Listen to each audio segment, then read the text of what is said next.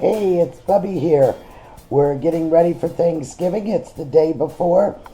One of the questions I always get asked is how Ron and I do our turkeys every year on the grill instead of inside. So I'm going to spend a few minutes today and show you how to do it. But first, let's take a look around at the preps that are beginning. I'm going to turn the camera around. We've got 10 pounds of potatoes getting cooked in time for tomorrow, and I will share this recipe with you at a later date, but it's a fabulous recipe because you can do it up to 2 weeks ahead and keep it in the refrigerator.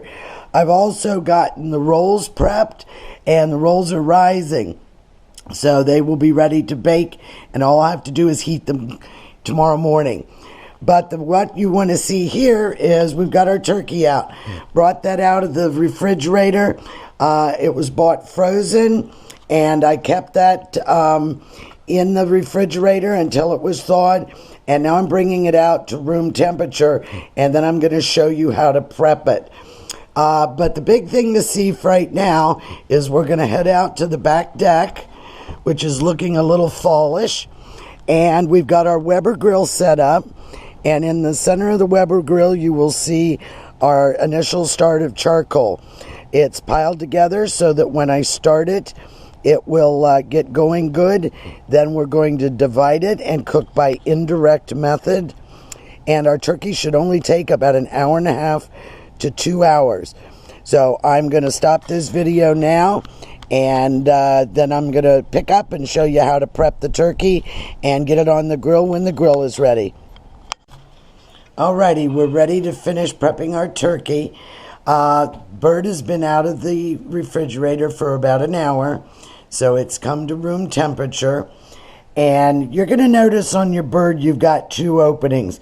You've got the tail end of the bird, which in most cases has the giblets in a packet stuffed in it. And you've got the neck end of the bird, which is the opposite end. Alrighty, it's just about time to get the turkey on the grill. Our charcoal's almost ready, so it's time to get the bird all prepped. You're going to notice this bird has been out of the refrigerator for about an hour, so she's coming up to room temperature. You've got two opening ends on your bird. You've got your neck end, and then you've got your tail end. One of those ends is going to have a packet of giblets in it. Your giblets and your neck, which I have taken out. In this case, the neck was in the tail end of the bird, and the packet of giblets was in the neck end of the bird. I'm going to put those in a saucepan with some water and seasonings and cook those down as my giblets for my giblet gravy. But the next thing I'm going to do after I've rinsed my bird, which I've already done, is I'm going to take the bird and I'm going to pat it dry so that it's easy to work with. It's not slippery. I'm going to take my neck end of my bird. Now, normally,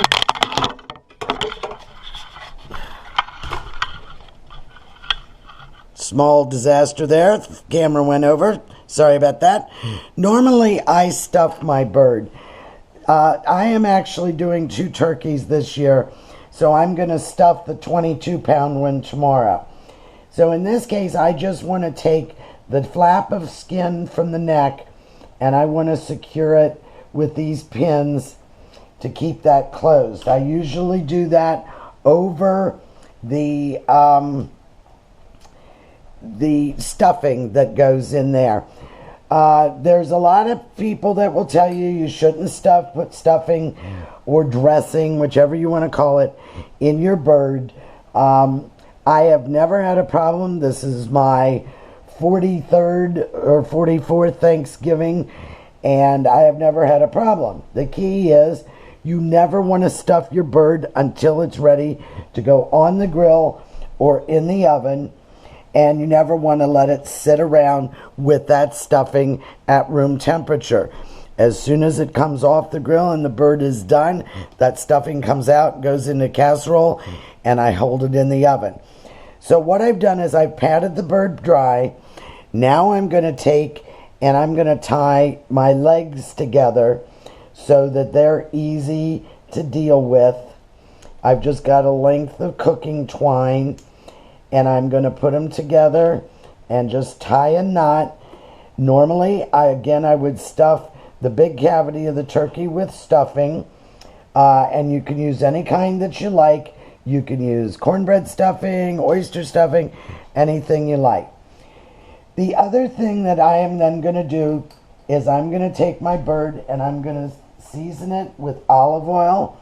I'm just going to take olive oil, drizzle some on.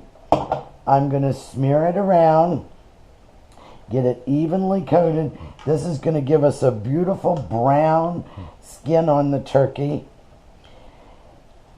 And then I'm going to season it with, this is salt, pepper, and garlic powder.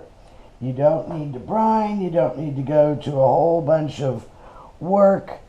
This makes a delicious bird every single time, and it's really very, very simple.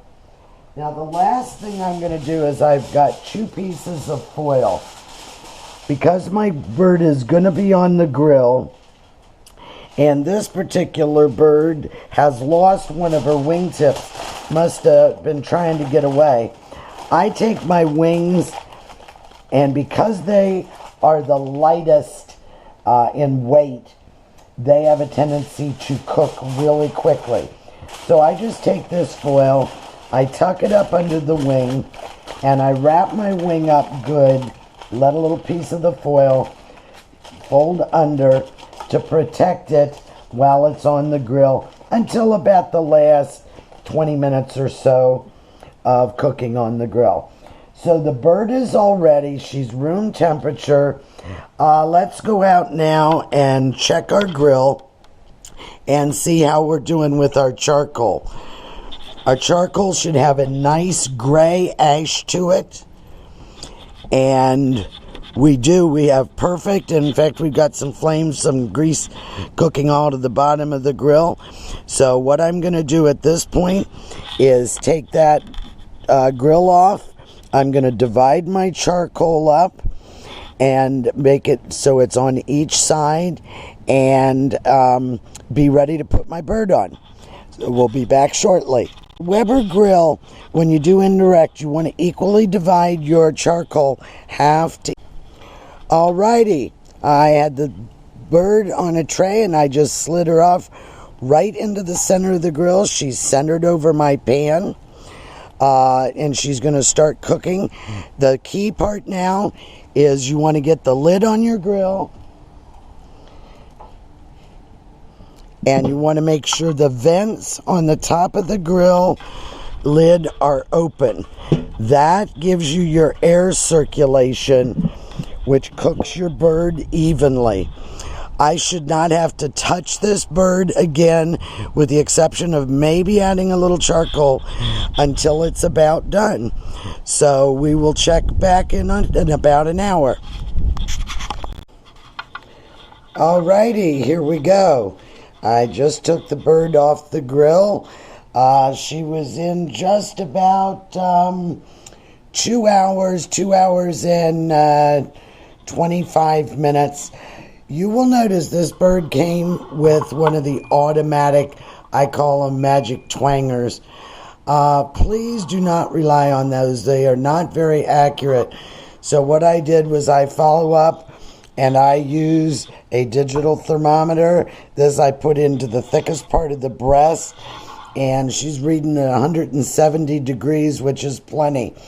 Also, you can see I've taken the foil off the wing tips, so they are nice and brown. That is a perfectly brown bird.